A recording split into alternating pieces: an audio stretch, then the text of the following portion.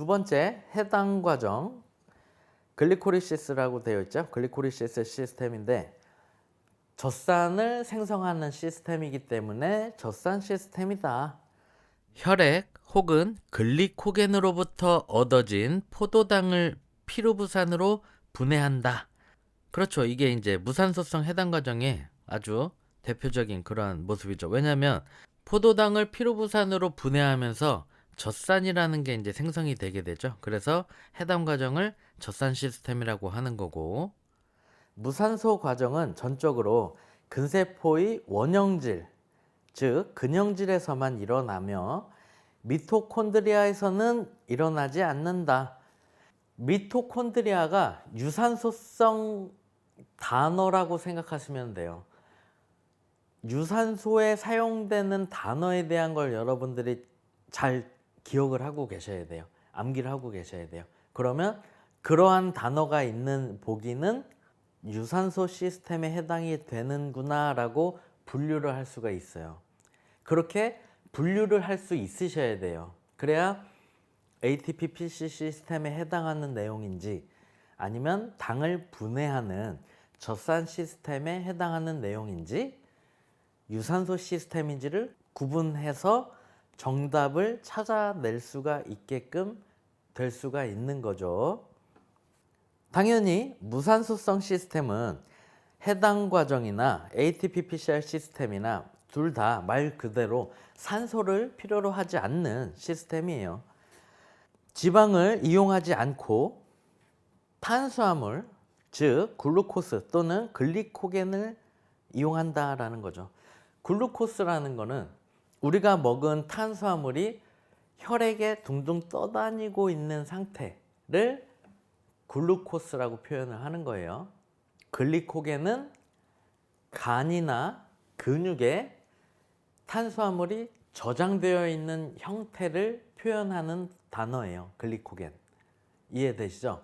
탄수화물을 먹어서 고구마나 감자 같은 탄수화물을 먹어서 글루코스, 혈액에 이동을 하죠. 혈액에서. 그리고 간이나 근육에 글리코겐의 형태로 저장이 된다. 이렇게 보시면 됩니다.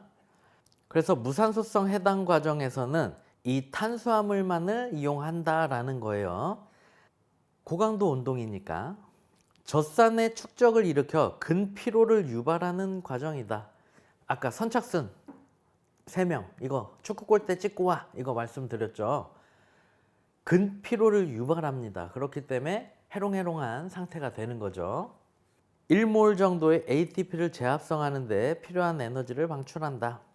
20초에서 30초 지속하는 고강도 운동에서 인원질 시스템 다음으로, 즉 ATP-PC 시스템 다음으로 산소를 이용하지 않고 빠르게 ATP를 생산하는 게 가능하다. 그러니까 제일 빠르게 ATP를 공급하는 고강도 에너지 시스템은 단연 넘버원 ATP-PC 시스템인 거고, 두 번째는 해당 과정인 거예요.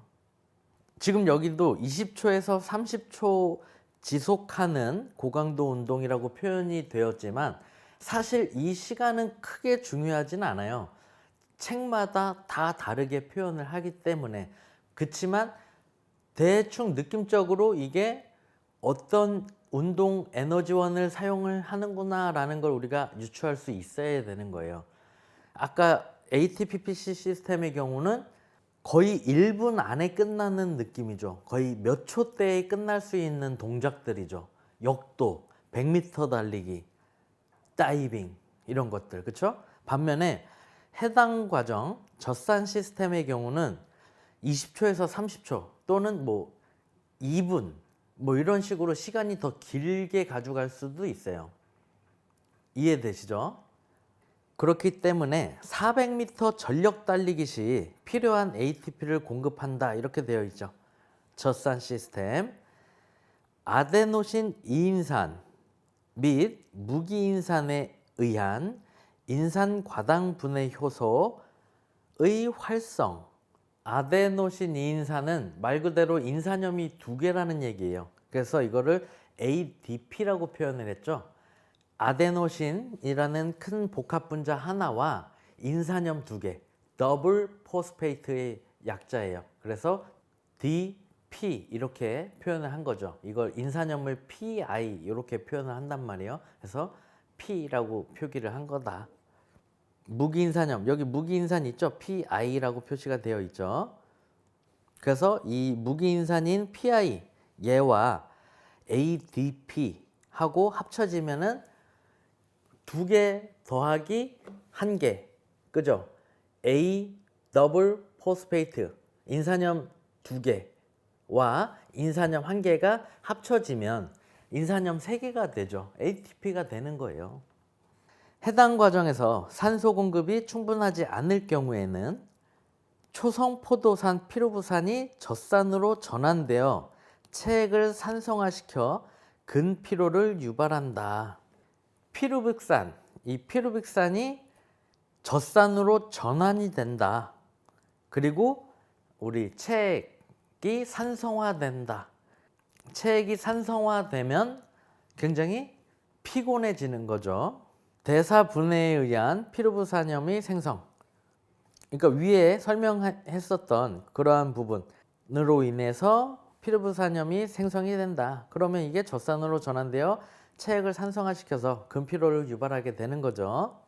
사람 몸은 여러분들이 이걸 꼭 기억하셔야 돼요. 사람 몸은 기본적으로 무슨 로봇처럼 ATP PC 시스템만 단시간 고강도에 딱 쓰고 그리고 해당 과정이 일어나면서 고강도 운동에서 해당 과정의 시스템만 딱 사용을 하고 또 유산소성 시스템에서 유산소 과정만 딱 사용을 하고 이렇게 사용되지 않아요. 기본적으로 사람의 몸이라는 거는 이게 교집합이 있어요. ATP PC 시스템을 사용을 할 때는 거의 전적으로 많이 사용을 하겠지만 워낙에 짧은 시간에 고강도 운동을 해낼 때에 공급되는 에너지 시스템이니까. 근데 이 해당 과정과 교집합이 있어요. 겹쳐지는 부분이 있는 거고 해당 과정과 유산소 과정과의 교집합이 또 있어요. 여기 또 이만큼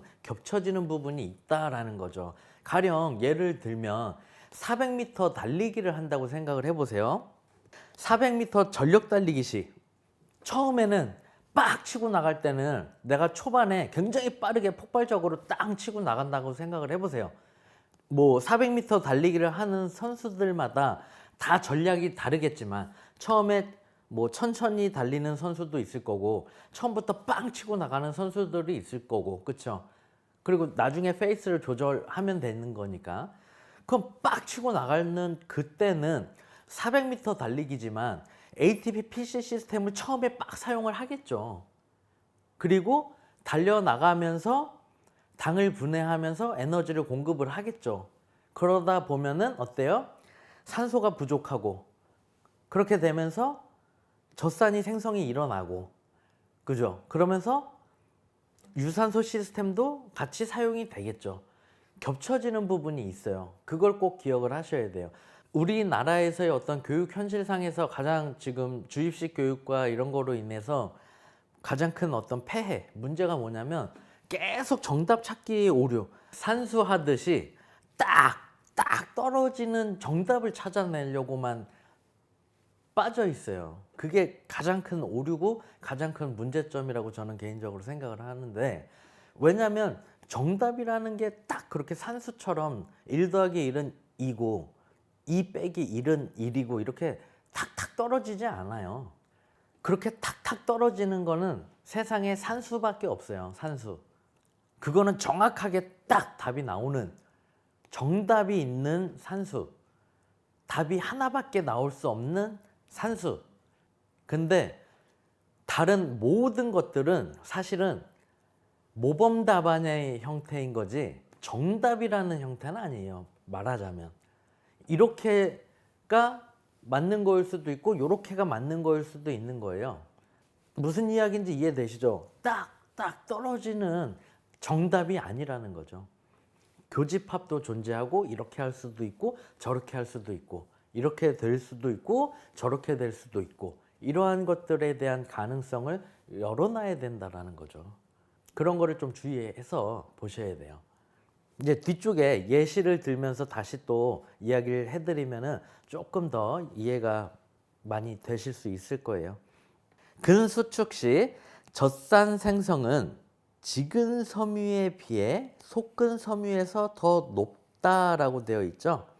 젖산이 생성이 되는 게, 노폐물이 생성이 되는 게 지근 섬유보다 속근 섬유에서 더 높다라는 거예요. 왜냐하면 지근 섬유라는 거는 슬로우 트위치 머슬 파이버라고 해서 뒤쪽에서 또 다루게 될 거지만, 천천히 지구성 있게 사용되는 약한 자극에 느리게 반응하는 근육을 슬로우 트위치 머슬 파이버라고 표현을 하는 거예요. 그래서 그걸 이제 한국말로 하면 지근 섬유 이렇게 표현을 하는 거예요.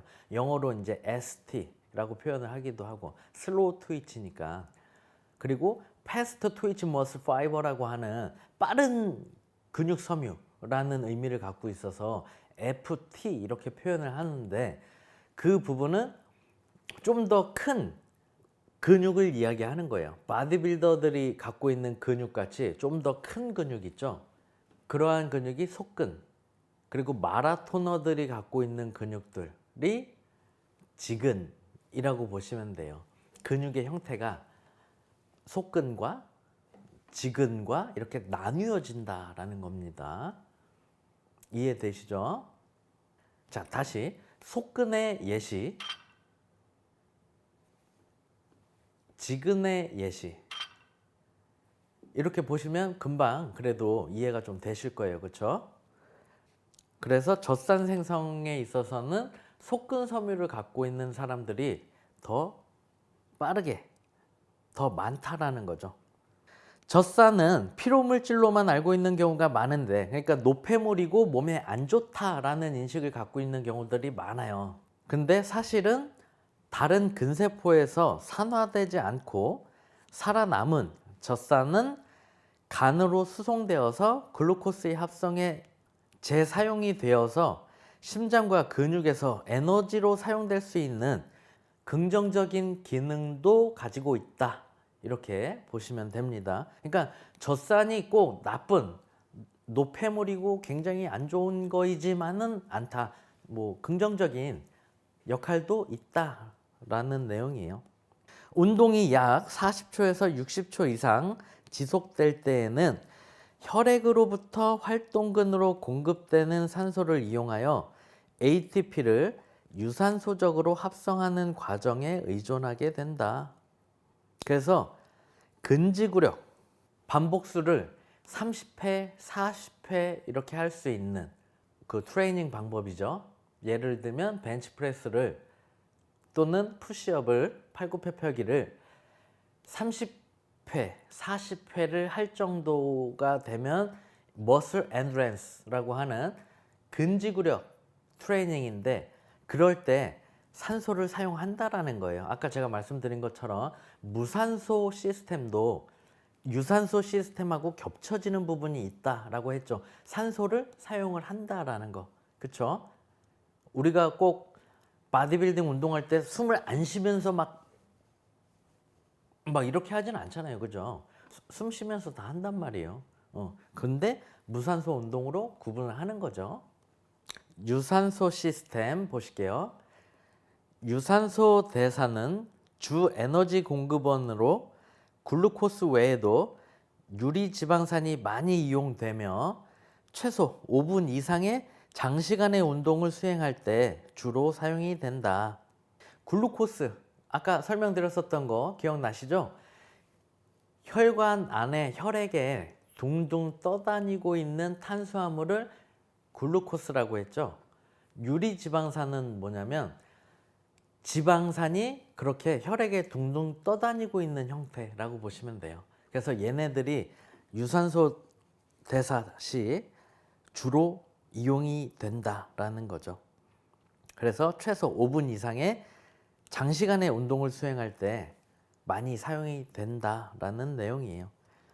유산소 대사는 미토콘드리아는 유산소 단어라고 기억하셔라 미토콘드리아는 산소 공장이라고 생각하시면 돼요. 쉽게 얘기해서. 그러니까 당연히 산소 공장이니까 유산소하고 딱 매칭이 되는 단어죠.